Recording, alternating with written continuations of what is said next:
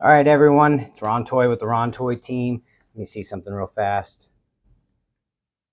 Let me see how I do this.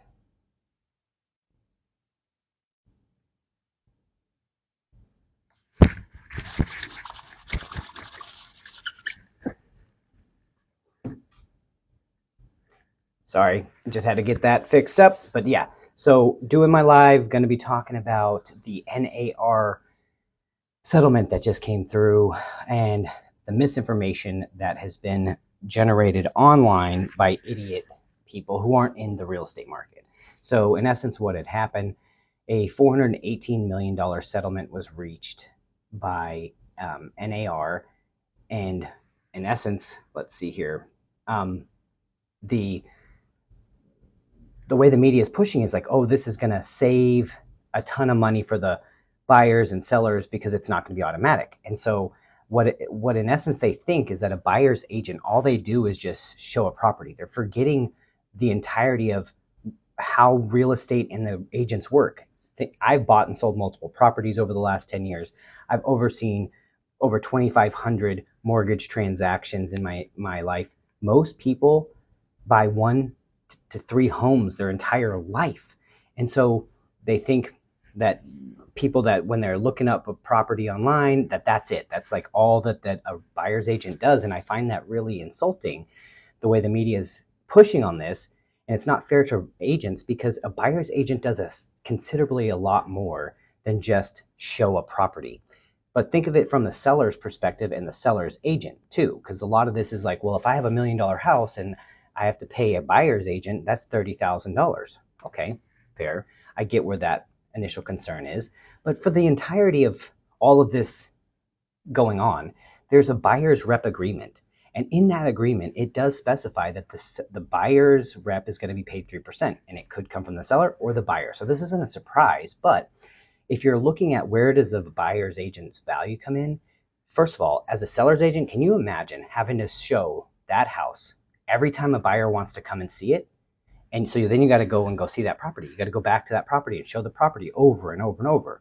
So there's value in just having the seller's agent's time back so they can properly represent the seller, because this is one of the largest transaction a person does. They do it like 1 to 3 times their entire life. You want to have a professional that has experience representing you as the seller, who doesn't have a vested interest, in a sense, in the buyer side, because then there can be some levels of conflict. Are there people that do both sides? Yes. But as a consumer, who's representing you truly and your interests if you're being represented on both sides of the deal? It'll be something to weigh out. But think about all the, like, in addition to the buyer showing property, the buyer's agent comes with experience. They're helping the appraiser get access to the property too. They're going through and looking at the home because they've seen it so many times over and over and over. If a person's never bought a home, they walk into a house, they might not notice the little horizontal cracks versus vertical cracks. And here in Texas, those are a huge difference. And so, or if there's been patches done because the person hasn't seen a flip. And negotiations, having somebody who can negotiate for you and help you either get seller concessions, get seller credits, that is valuable. And as a seller on my side, I made sure I use the same agent. My favorite agent, who I personally use for all my personal investments and refer most of my clients to, is a lady named Mo. She's amazing. She's in the Hall of Fame at Texas A&M for basketball. She is played in the WNBA, and she's applied those principles to her real estate practice. So as a buyer, she's helped me on all my properties, and she's helped me sell all my properties. And I would never allow her to discount her commission because I was going to have to pay a buyer's agent's commission when I sell. Why? Because I understand the value, and they're 100% commission. So if it takes 30, 60 days, 90 days to sell a house, guess what? They didn't get paid for any of that time. And as a buyer's agent, when they're taking people out, driving them around, showing them 15,000 houses a weekend, they're not getting paid for that. When they're doing the research to look up market analysis to make sure that you're putting in an offer that could be something that's enticing to the seller, that takes time. And when somebody says, like Adel, I think, says you really don't need a realtor or an agent, that is absolutely an incorrect mindset to think about. How many homes have you personally invested in your life? Please answer. It's ADIL with two turtles. Let me know how many homes you've bought in your life. There's a website called WebMD that can help kind of give you some levels of diagnosis for medical, but do you think you don't need a heart surgeon?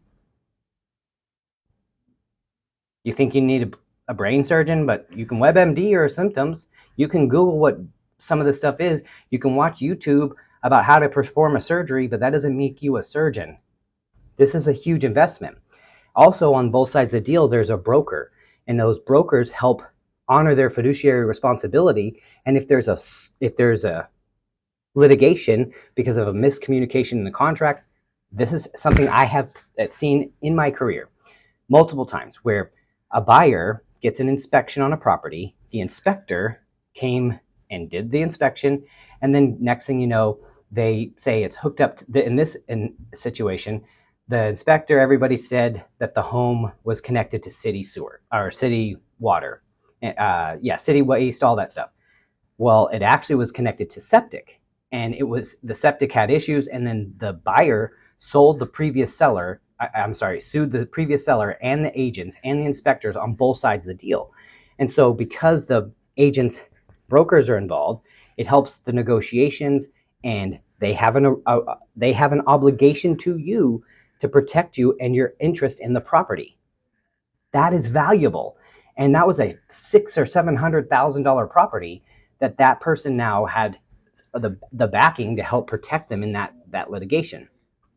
But not just that, if you haven't done something over and over and over, and you don't know when you walk into the house and you see the house is listed for $400,000, and you don't know how to really truly do comps, because the ones that you're looking at on Zillow, Redfin, all these other ones, those websites are based on selling your personal data.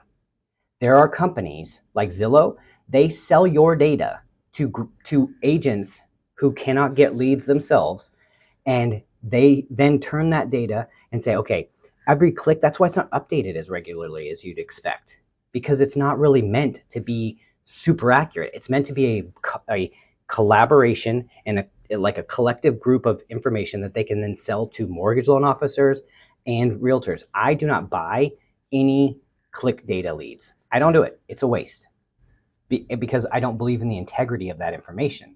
And so Zillow wants to make commissions 1%. Okay, that's a big push by them. I think it's wrong. And that's where I'm going into the new law. And so the new law, in essence, is making it to where on the MLS listing, you cannot have the buyer's agent compensation listed anymore. Doesn't mean that the seller cannot pay for that compensation. It just cannot be automatically assumed 3% and put on the MLS. It's a negotiation, which it's always been a negotiation. It just seems like it was because it was so automatic, it was never really brought up. It was just kind of understood, 3% to the buyer's agent, 3% to the listing agent, go from there. And so that's kind of where they're basing this even legitimacy of the lawsuit, is that it was so automatic that no one ever had a chance to negotiate it. But that is not true, because it's always in the buyer's rep agreements on the contract where the commission's going. And so I get it. But in essence, it's changing, but it's not changing everything right away. It's probably going to go into effect mid-July, which is very interesting because it's in the hottest season. And I also find it very suspicious, the timing of all of this, because when you have hedge fund companies and major investors buying 30 to 40% of inventory, and now they're going to want to change the way compensation structure is, it's insane. So who will benefit from this? In my personal opinion, no one. Because look at it from this different perspective. Say hypothetically, we live in America. Unfortunately, America, with its capitalistic mindset that's so driven on profit, do you think that a seller is going to want to take or make less money on their house for any reason? So the thought behind this and how the media is covering it, it's going to save the buyers and the sellers so much money, because now the sellers aren't going to have to pay the buyer's agent's commission. I know as a seller that I want as many offers in front of me as possible. I want as many people competing for my home as possible. So if I am going to be greedy and say I'm not going to pay the buyer's agent's commission, guess what? That limits the amount of people that are going to be able to view my property, dropping the amount of offers, making it less competitive so that I'm not making my profit that I'd like. That's a problem. But what does it make the room and space for? People that don't need to have an agent negotiate for them. Investors. If you look at their plan by 2030, Google it yourself. There is a massive plan by huge companies by 2030 to potentially own up to 30% of all residential properties in the United States of America. That is freaking terrifying, because if they control the real estate market and they control the rental market, who controls pricing? Oh, we're going to trust legislation to do that? Okay. This is insane. Why do I think it's happening? I think it's happening because it's one of the last fixed commodities that we have. 2/3 of the wealth in our country are tied to the equity we have in our homes. Right now is the largest amount of equity that we have in homes in history. And that's, most people have on average about $250,000 in equity. So when you look at what money does, it's a power position. And I have my own sneaky suspicion about some of this that might sound like crazy, but when you look at the majority of who are realtors, it's mostly women. And so, and there's very well-paid people in that power. And so, well, if we're going to go after an attack, that's a good place to start. And independence, because you can take somebody who hasn't, had some of the benefits of others in life and legs up and start and crush and become a multimillionaire, because they're doing a service that not a lot of people want to do. Not a lot of people want to go out and risk their entire future on 100% commission-based business, but a lot of people have. And so now it's like, how do you take your power back from a lot of people getting rich, a lot of people investing in properties? Make it really easy for businesses to come in and buy them all. So if you're not paying the buyer's agent, and now you have less regular people to buy, guess what? Now you have more room and opportunity for investors to come and say, well, we'll pay you cash. Okay, well, that's enticing. But in essence, if you're going to get the money, the same equal amount from a buyer, a regular person in a company, why wouldn't you just buy it from the company? And so, or sell it to the person instead of a company. That's my speculation on that, some of those things, the behind the scenes stuff, because I don't understand how they allowed this to go this far, considering it's in the buyer's rep agreement, it's in the contract, everything's there. It's also probably going to cause some confusion, because now you have to find out who, if the buyer is paying it, at what point does this change underwriting guidelines? And so that can be confusing too, because now you have to source funds. As a lender, I'll figure out and adapt however it needs to be. But like, our main source of relationships comes typically from buyer's agents, because buyer's agent wants them approved. They have relationships with lenders. They connect them with them. And so then I do my job to make sure that I take great care of the client so that it honors the respect that the buyer's agent trusted me with. And then we razzle dazzle the client and make sure they get a fantastic mortgage, and then they're successful in homeownership. Listing agents pretty much list the house. They'll have relationships with, loan officers, because their person that's selling typically needs to buy. But focus was on buyer's agents. And so this right here is going to be interesting, because when you're in a mortgage transaction, you have to document and source the funds for that transaction. So like when somebody puts earnest and option money, that's typically what's required to reserve a contract. And that earnest money is typically 1% of the sales price. So let's call it a $300,000 house. If you're buying a $300,000 house, your earnest money will typically be 1% or $3,000. Option money is typically $100, $200. Sometimes in a negotiation that's tight, you might want to put in more option. And what option money is typically a period of time where a buyer can back out for any reason. And that's usually in that time period where you're getting your home inspection. So, but what happens is if you back out, the seller keeps your option money. That's why it's usually $100. You're going to put it down. You're taking the house off the market, so people aren't putting more offers on it. You've secured the contract. The worst you're risking up front is your option period money. Sometimes in a negotiation, it'll have 0 days. So you're saying, I don't care. I ain't backing out for any other reason unless property condition. So I'm going to go through some of those different phases. So you have your option period, typically 3, 7, 10 days. And so an article in CNC, many agents will quit. A lot of agents might quit, and that this is kind of the design again. It's trying to constrict this market to where it's only the top people staying in it, making it harder and harder. But that's why I want to do this early, to get ahead of it, because agents shouldn't be despondent right now. They should take this opportunity to show their value. And the easiest way to communicate value is to remind people of your worth. And how you do that is walk them through why you're getting paid. And it is always a negotiation. And that's where the power of this comes, is reminding yourself that I am worth my 3%. And go into these transactions with that mindset, because again, what are we saving clients from? Potential financial ruin. If somebody overstretches themselves trying to buy at the very top of their budget, and they don't have someone in there that could say, hey, look, you're going to get a home inspection, but I've lived in homes. The home inspection is not going to tell you about the adjustment to your escrow accounts after 12 to 24 months, when homeowners insurance can go up or property taxes go up. But if you have a good a good buyer's agent, they are going to communicate these concerns to you, so you're successful in home ownership. Same thing with a good loan officer. That's why it's a team effort. You want to make sure your vested interests are taken care of. Buyer's agents do that for you, especially if you interview them. Now, what this should do is help buyers, people, and that's what I talk about, is make sure you interview your buyer's agent and they have a good mindset, and also understand your vision for long-term generational wealth that you can get through homeownership. So interview them. Ask them, how many sides have you done in the last 12 to 24 months? Sides are buy sides, list sides. And so buy side transactions, list side. You want to know if they are skilled at negotiations from the buyer's position, because this is important. You can Google all you want, and that might make you somewhat decent, but if you haven't done it 1,500 actual times throughout the entire contract, do you know how to coordinate appraisal? Do you know how to coordinate with the closing position, title? There's on average 8 companies and 32 people involved in every mortgage transaction. And if you are never done it, can you imagine how overwhelming that is? Most people, when they go to a store, freak out because they don't want to go to self-checkout. And this is a major investment, hundreds of thousands, if not millions of dollars exchanging hands, and you've never done it. Like, it's just silly. But interview your buyer's agent. Find out what their schedules are like, when they like to typically see homes, and interview them.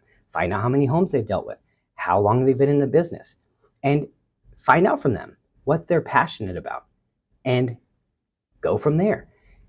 Find someone that aligns with your goals, that's hungry. If somebody's not answering you, not responding, they're not representing you in a way that deserves the commission. So what this will do is will make the ones that aren't committed to truly serving their clients leave. And they'll go and start selling whatever they want to sell. Totally cool. Sales is a great job. Nobody caps your income. It's all based on what you close. So as realtors, that's why I like to do these updates, to empower buyers. For a buyer, this does make it potentially more expensive for a buyer in these markets, because if the seller is not willing to pay the buyer's agent's commission, now that has to be negotiated. And so buyer has to pay their agent. Okay, cool. Now, if you're already putting earnest option, appraisal, down payment, closing costs, now you're adding the extra cost of the buyer's agent. They might think, it's not important enough for me to pay this on $1 million house, 30 grand. But who's protecting them? Who's representing their financial interest? And now they're not getting that because of this opportunity, and we're worried about that. But again, the sellers typically are sitting on the most equity we've ever seen in properties, and we're just making sure that their interests are protected. Who is protecting the buyer?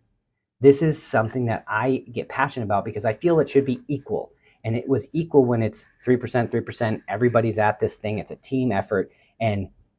But again, I feel like, who's funded these lawsuits? Why would they roll over and settle so quickly? It's confusing to me, but it's not confusing me on what's going to happen. This law went into, they settled. They're going to pay $418 million over the next 5 years. The buyer's agent commission can't be on the MLS website, and it's going to probably start in July, but it can still be paid by the sellers. It's just more of a negotiation and not automatically assumed each side is getting 3%. But if I were on any side, I don't think anybody should discount their commission. But it's, for me, when you're on the listing, people are looking for your house.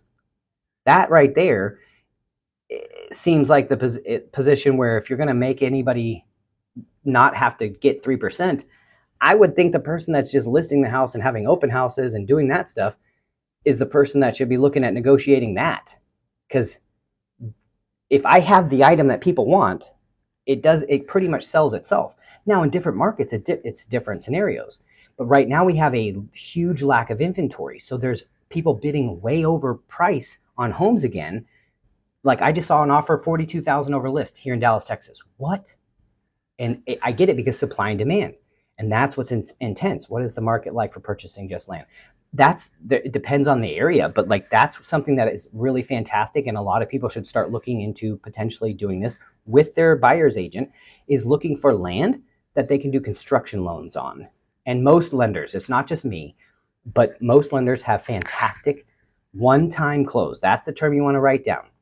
If you're a buyer and you're wondering how can you get ahead of this crazy thing, it is called a one-time close. Again, a reminder, you don't have to use me. Please take this information to empower you to make a home buying decision with somebody you know, like, and trust.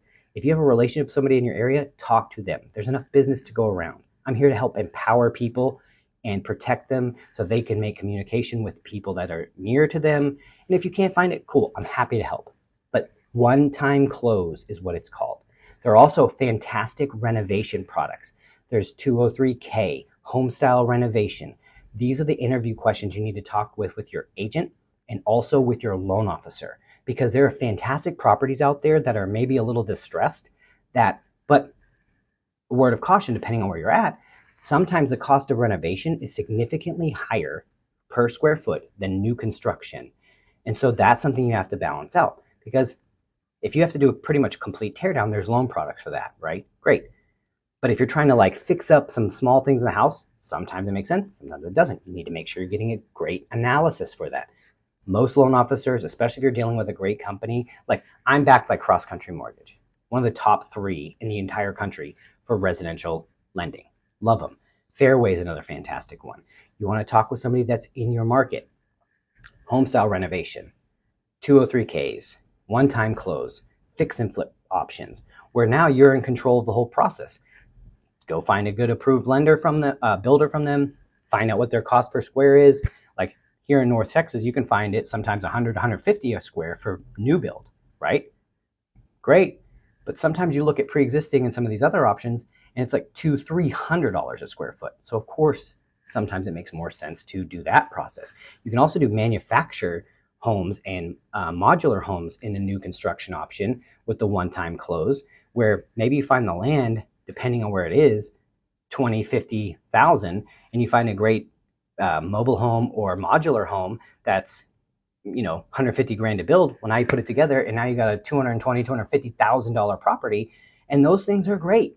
And that's an option. And that's why I want to empower people with these things so that they don't feel like they just have to keep repeating the same cycle of like, oh, I can't buy a house until I have 20% down. That's not correct. So while all of this information out here, what this is going to do is separate the people that are professionals in this industry who care about serving families from those who are just in it for money. And that's the biggest true factor, because commissions are going to get paid. It's not going away. It's valuable. Their time is valuable. They've invested in their craft. Those who did are actually going to show it and they're going to shine. The people that didn't are going to look like shit and they're going to fall away and they're going to go somewhere else. Great. But the barrier of entry is where I get a problem with it, because this is an industry that can truly help change people's lives on an income level. Take a mom like my ex-wife, one of my favorite realtors that I work with.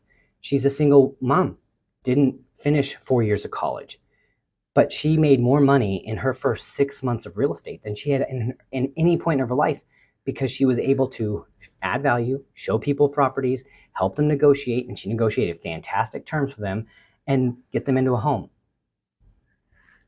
That's amazing. Now she's not dependent on her ex-husband, not me, her other ex, and she could tell him to go take a fly and leap because she wasn't income bound. And that is something I find super valuable and empowering. Somebody can go from homeless, like I was homeless when I was 18, and worked my way up, and now I'm very successful. And I don't want anyone to ever experience that feeling of powerlessness that comes through being unhoused and that cycle. And so I feel like this industry is beautiful, and both in the mortgage side and the realtor side. And that's what we need to remind people. We're helping people with one of the largest financial decisions that they make. And we want to make sure they feel like safe and protected and empowered throughout this process. And so when you're hearing the media, they are paid by clicks and engagement. And so they're going to put up salacious, clickbaity information. Oh, this is going to change the market. This is going to make it to where it's saving this one and this one more money. It can and it can't. But if you look at the fundamental rules and kind of concepts of our aggressively capitalistic society, to me, it sniffs and smells like greed. And from the people funding this lawsuit, I'd be really interested to see who funded these lawsuits, because especially in a time period where there's a huge lack of inventory and BlackRock, exactly. That's what I'm hinting at, is those major corporations that are really incentivized when they bought up all this property. This is the scary part. When you have a company, or look at this concept, you have huge investors that own multifamily, right? Like apartment communities. And now they're buying up residential. If those homes are vacant, they can write that vacancy off at market rent. And that's an easy way to absorb a little bit of loss, because maybe they're more, because they don't have a mortgage, a lot of them, they pay cash. And so now they have this asset that's appreciating. At most places, you can look up the appreciation rate is between 6 and 7%. And since 1942, homes have appreciated every year outside of 6 years when values went down in between 2007 and 11, and then it went down 1% in 1990. Every other year, huge gains. Between 3, 6, in 2019, it was 19%, 20% annually. Yes. And that's the part where if you buy a stock, right? Say you put 10, let's say $10,000 to buy a stock, right? And it goes up 10%. You made 1,000, right? But if you take $10,000 as a person and you buy a house that's 300,000 because you use down payment assistance and some other things, but you use 10,000, and that $300,000 house goes up by 10%, that means it went up $30,000. So you made 300% return on your cash. Okay, your cash on cash return went up 300% because you invested 10 and it went up to 30. Who wouldn't jump on that? Because you're making the appreciation based on the total value of the property. And that's what's really awesome about residential investing, and why I think big investors should have no place in that space. It should be regular people and small investors, up to 10 properties, something that's realistic, because this is where generational wealth is created. If you bought a home in 2019, home values have appreciated over 50%, in some areas 60%. And I have many clients who bought a house for 200, 300,000 in 2019, and now it's worth 600 grand. That is amazing. It's life-changing money. And that's why I do what I do, because now you have power and you start to grow that wealth. Now you could sell that house, take that equity, pay off any debts you have, reinvest, and go buy your next property and continue to grow your net worth. Because if you can throw $200,000 into some great investments, index funds, whatever, that are getting 10% rate of return, awesome. Because now you can still go get your next house. Now you're investing. That money's going to double every 7 years, and you've paid off every debt. So now you're no longer debt servicing.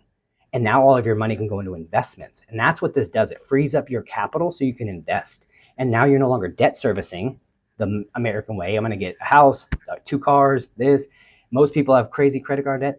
Imagine if you don't have any debt outside of your home, and all of your income can go to investing and savings. How much power and that's what terrifies all of these major companies, because they're worried about their power structure changing. Well, we see that with what's going on with TikTok. They're trying to ban this app because I'm out here telling you guys some information. You don't have to believe me. Google it. Talk to other local licensed residential mortgage loan officers and realtors so they can explain to you the ins and outs. But just also go look at data. Google how much investors bought single family residences and their plans. It's terrifying. And the thing that's also kind of scary about it is if there's not a mortgage, some of it isn't really documented as clearly because they're paying cash, a lot of them. And so it's skewing some of the data. And again, they're holding these properties not to sell, because the longer they hold them, the more of the market they control. Because if they want to rent them, great. Now they can control that rental price, which then might impact their multifamily properties. So once that starts happening, they can lower the rent there. And then now they might want to have this control. And if they want to sell it, If you've ever played like hearts on your computer and like shooting the moon trying to get all of it, that's what it looks like. And that's what's terrifying. But we have the power. There's more of us than them. And that's why I want to empower the people that are in this industry so they can stay focused. If you are a buyer's agent out here, that when your first consultation call with a client, address the commission concern up front. Hey, I know you probably heard some issue, about the recent litigation and the settlement by NAR for $418 million about buyer's agent commission. Say, hey, I get it. It's intimidating and it's scary, but here's why that 3% commission is so important, and it's still negotiable in the contract.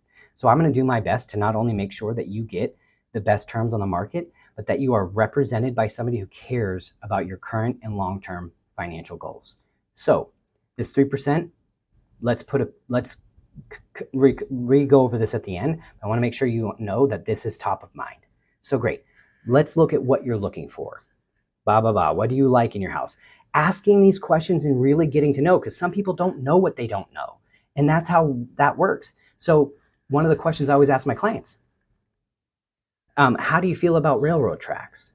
Oh, gosh, I never really thought about that in my home buying experience. Or how do you feel about closeness to a fire station or to hospitals? Some people really might want to know that if you're really close to a fire station, your electric grid might be a little bit more protected because they don't want the electricity going out at a fire station or at a hospital. So look at the statistical averages of power outages around a hospital. It's less likely that if there's rolling blackouts and things like that, that if you are close to a hospital or a fire station, you aren't going to have your power out. It's a simple tactic that most people might not understand. But if you want to earn your 3%, these are some of the questions. Are there any housing numbers, like house numbers, that mean something to you so that I can pay attention to that? Some people really like certain numbers, and numerology means a lot to them, or that they have to get used to sirens all day. That could be something to be concerned too. That's where you have to bring up the pros and cons. Now, some people might not mind it. Some people would rather have that security with the electrical grid. If they are at home investors and they need to make sure that they have a power to be able to check the markets, that could be something. But it's always worth it to talk about, because like some of my clients didn't like the sounds of the sirens, but they really enjoyed this benefit. And now they are an empowered buyer to make the decision for themselves. It's just showing a little bit more that you care. Same thing with house numbers. Or is there a direction that you'd like your front door to be in? And just let them answer. Oh, I never thought of that. I never thought to think of that. Of course, but there are people out there that do think of it, and if you bring that up to them, it's going to mean the world. You're not automatically assuming, you're just saying, hey, here's some of the common questions that I ask every client I work with to make sure I'm giving you custom tailored service that makes you feel valuable and heard, period. And just keep moving. And so schools, direction of house, direction of the windows for the primary bedroom, the size of the closet they want. Do they want a soaker tub? I know my first house, this is where it's all coming from lived experience. The first house I ever bought, my partner Monica was in Paris, Paris, and she was doing her thing, and I found a house, and I was like, babe, I found the right house. It's so amazing. And we did a little virtual tour, and I put an offer on it that day. We got it. She called me that night. She's like, hey, babe, how are the closets? And I was like, ooh, I was like, they're great, because the house had been renovated. It was awesome. And I assumed they were great. They were not great. They were crap closets. They were teeny tiny closets. And we lived in that house for a few years, and the closets were the biggest issue at the house. And the fact it didn't have a great soaker tub. But I would not know how important that was because I'd never bought a house before. And now I communicate that to people because we sold that house after a few years. Now, it was great that we made a crap ton of money off of it and then used that to pay off every debt, springboard retirement, exactly what I was saying earlier, then go buy our next house. And then that house was fantastic. We lived in it for a few years and then recently sold it in November, made a bunch of money off of it, then took that. We bought a house, our forever house, before selling because we had restructured our life from debt servicing on the first sale. We had that second house. It was great. Sold. We have our new house, which is baller status, and I love it. And that was the part where all of this can change, and that our house is right across the street from a fire station. And we have great windows and great doors, so we don't really hear it, but there's something that eventually becomes almost like white noise, and you don't hear those things anymore. And I just enjoy the benefits. We have not had any power outages, none. And there was a huge whole thing with that here in Texas. And my other house in Richardson, I bought 2 homes in Richardson. This one here is really close to my office in Dallas. Both of those homes were near schools and fire stations. And when everybody else experienced those horrible blackouts when the freeze happened, our power stayed on the entire time. My lived experience dictated to me I'd rather deal with the occasional siren sound versus having my lights out and all of that, because that right there can lead to some serious problems. And it was awesome. But again, just to recap on the NAR lawsuit, because this is super important. A lot of people came here for that. On the MLS, we won't be able to put the buyer's agent commission on there. The buyer's agent commission can still be paid by the seller in the contract negotiations. This, in essence, is really just removing the automatic assumption that it's going to be 6% on a transaction to sell your house. A lot of the media is covering this almost like there's no value in a buyer's agent. Like, oh, all they do is just show you a house. That is absolutely false information. One, and just recapping some of the information I talked about earlier, as a listing agent, if you're on here, can you imagine if you had to go to that house every single time a buyer called because they wanted to see the house? Now with a buyer's agent, they understand the process, they get on a schedule, the buyer's agent shows them the property. Because do you think as a seller, now put yourself as the seller, do you want any stranger to have the access to the lockbox so they can just come and tour the house? I know I don't want that. I don't want just any stranger being able to call or look up the lockbox information and come through my house. That's terrifying. But if we're with a buyer's agent, there's a level of security that comes there. Not that it's perfect, but it's a lot more secure when you are having to come through with a buyer's agent who schedules and does everything, and their license, if they mess up anything, can be taken away, fined, and held responsible. Like, if I do something wrong as a lender, I can be thrown in jail, I can be fined. There's a whole bunch of consequences. As a individual person, if I'm going into seeing a house, yeah, there's regular laws, but there's no like governing body that makes sure that I'm doing things in accordance with compliance like there is with real estate agents. There's just so many layers of complexity in this that I find it kind of interesting. Again, why now? And I've shared some of the other stuff before, some of my opinions that are just opinions, and I'm suspicious of major corporations and investors that are looking to commoditize this and, you know, make it into something that it's not. It should be relationship-based business. You have a realtor, you build a relationship. You have a lender, you build a relationship. It's based on trust and communication, and you grow together, and you invest together, and you have open line of communication, and you build community. That's what this is for. In general, real estate is about building community and breaking down walls and barriers. And so what I see this doing is putting up additional barriers of entry to people being able to purchase, because this won't necessarily, it'll hurt the sellers a little because it'll restrict the amount of offers. But if corporations have the intention to buy property, this will help them, because if it does help lower costs a little bit, they're still paying cash. They don't care. But it does hurt the person who maybe only has $5,000 in the bank, was going to use a down payment and closing cost assistance program, and that might limit the amount of homes that they can go look at, because in that market for first-time homebuyers, that is where my suspicion that this is going to have the biggest impact, because millionaires understand the value of time, and they know that their time is better spent letting professionals handle stuff. They're going to make more by having the most amount of offers in front of them. What I think this is going to have the biggest impact on is those first-time homebuyers who are buying in the lower price point, where those sellers might need to make a little bit more money, and they might be willing to sell to more investors because they are just going to get that quick, easy sale. This is something that reminds me of like what happens in neighborhoods that end up getting gentrified, where you have a grandma who's been there for 70 years and the property didn't get maintained very well. So then you have this real slick salesman come in saying, I'll give you $30,000 cash right now. They don't have a mortgage. They might have a little bit of tax at something. I'll give you 30. I'll give you 50,000 right now for you to go ahead and walk away from this property. Think about it. That's 50,000. You can do whatever you want with. And people are taking that. But it's because nobody's coming in saying, hello, grandma. how about this? Let's look at a renovation loan where you can get all of this fixed, and included in your renovation is the cost for you to go stay at a temporary spot, a apartment, a whatever, 6 months, 12 months, however long the construction. You can build all that in. And now when all this is finished, your home's going to be worth $600,000, $500,000. So now grandma's making that money instead of some sleazy guy that's coming in and convincing them to sell that house to them.